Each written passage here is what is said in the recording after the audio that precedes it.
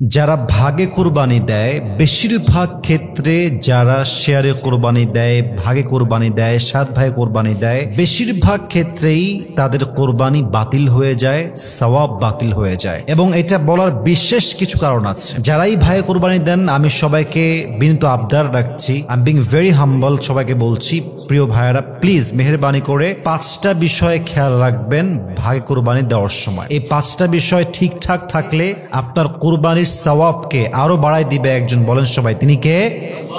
যদি এই 5টা বিষয়ে খেয়াল না রাখেন, আপনার কুরবানি বাতিল হতে পারে, সওয়াব নষ্ট হতে পারে, আপনার এই শ্রম, আপনার এই অর্থ, আপনার এই নিয়াত, আপনার এই আমল সবকিছু বরবাদ হতে পারে। জাস্ট 5টা বিষয় খেয়াল রাখবেন, আপনার কুরবানি কবুল করতে পারে একজন, বলেন সবাই, তিনি কে?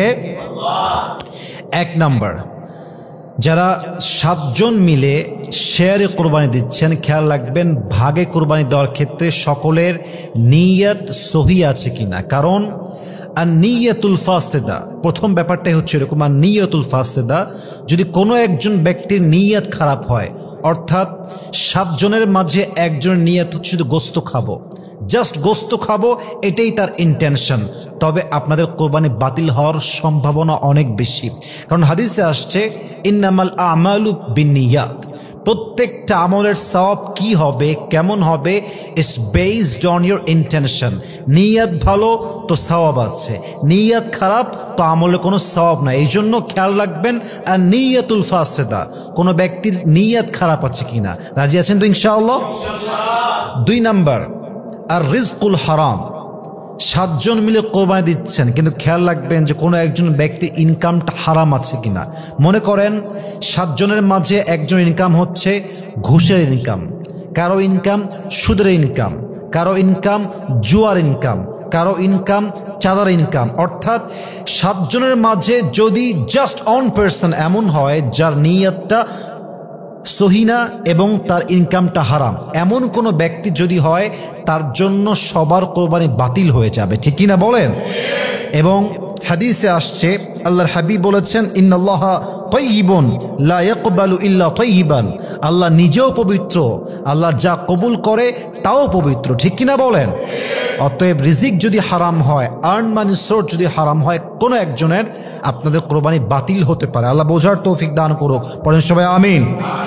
3 নাম্বারটা হচ্ছে আল মুজাদালা ফিল মিলিক, ডিসপিউটস ওভার ওনারশিপ রুয়েন কোরবানি। মাথায় রাখবেন, যদি আপনার ভাগে কোরবানি দেওয়ার ক্ষেত্রে ব্যাপারটা এরকম হয় যে একজন 500 কম দিয়েছে আর একজন 500 বেশি দিয়েছে, এখন এই মালিকানা নিয়ে ঝগড়া চলছে। অনেকে বলছে এই ভুড়িটা আমি নেব কারণ আমার 500 বেশি আছে, কেউ বলছে এই কলিজা আমি নিব আমার 1000 বেশি আছে। এই যে মালিকানা নিয়ে ঝগড়া করা আপনার কোরবানির সওয়াবকে বাতিল করতে পারে, নষ্ট করতে পারে। অতএব যার যেটা ভাগ থাকবে স্পষ্ট থাকবে, কিন্তু কেউ কাউকে মালিকানা নিয়ে খোটা দিয়ে, ভাগ নিয়ে ঝামেলা করে, ঝগড়া করে, নিয়তকে বাতিল করে কোরবানির সওয়াবকে বাতিল করা যাবে না, ঠিক কিনা বলেন? এই জন্য আপনারা মালিকানা নিয়ে ঝগড়া করবেন না, 3 নাম্বার বিষয়। 4 নাম্বার বিষয়টা হচ্ছে যে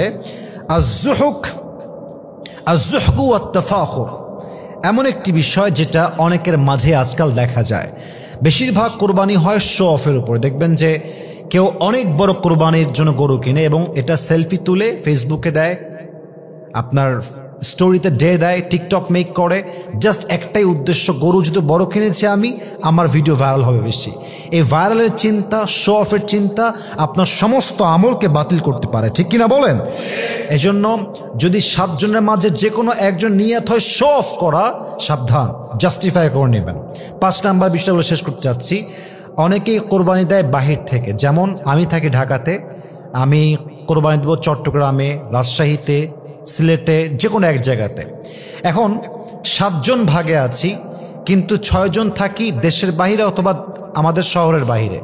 এখন যাকে আপনি দায়িত্ব দিয়েছেন, সে যখন জবাই দিচ্ছে কোরবানির গরুটাকে, সে কোরবানির বিধান সম্পর্কে, জবাই এর বিধান সম্পর্কে, কেমনে কাটতে হয়, কেমনে জবাই দেওয়া লাগে, কেমনে ভাগ করতে হয়, কেমনে কি করতে হয়, he doesn't know anything about it, সে কিছুই জানে না। এখন সে কোরবানির গরু জবাই করতে গিয়ে হত্যা করে ফেললো, কথার কথা। এখন একজনের মিস্টেকের জন্য, বিধান না জানার জন্য 7 জনের কোরবানি বাতিল হয়ে যাবে, ঠিক কিনা বলেন? এজন্য 7 জন ভাগে দিচ্ছেন, অবশ্যই মাথায় রাখতে হবে সবার কোরবানির সম্পর্কে বেসিক বিধান জানা আছে কিনা, গরু জবাই করার সুন্নতি নিয়ম কি, কোন আহকাম আছে, কোন বিধান আছে জানতে হবে। অতএব খেয়াল রাখবেন, আমার দায়িত্ব টাকা দিয়ে দিলাম আর সব শেষ, তা নয়, বরং 7 জন মানুষ উপস্থিত থাকা জরুরি।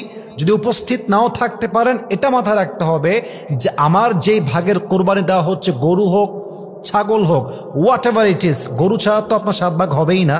গরু যদি হয় তবে খেয়াল রাখতে হবে যে এখানে আমার এই কোরবানি দেওয়ার ক্ষেত্রে প্রভিশন তথা বিধান, হুকুম, আহকাম ঠিকঠাক আছে কিনা। আল্লাহ সবাইকে এই 5টা বিষয় বুঝে ভাগে কোরবানি দেওয়ার তৌফিক দান করুক। আমরা সকলেই জবান করে পড়ছি আমিন। তাহলে বোঝা গেল ভাগে কোরবানি দেওয়া জায়েজ আছে, তবে খেয়াল রাখতে হবে যে এই 5টা ভুল যেন না হয়। আল্লাহ আমাদের সবাইকে 5টা বিষয় মেনে আমাদের কোরবানি দেওয়ার তৌফিক দান করুক, পড়েন সবাই আমিন।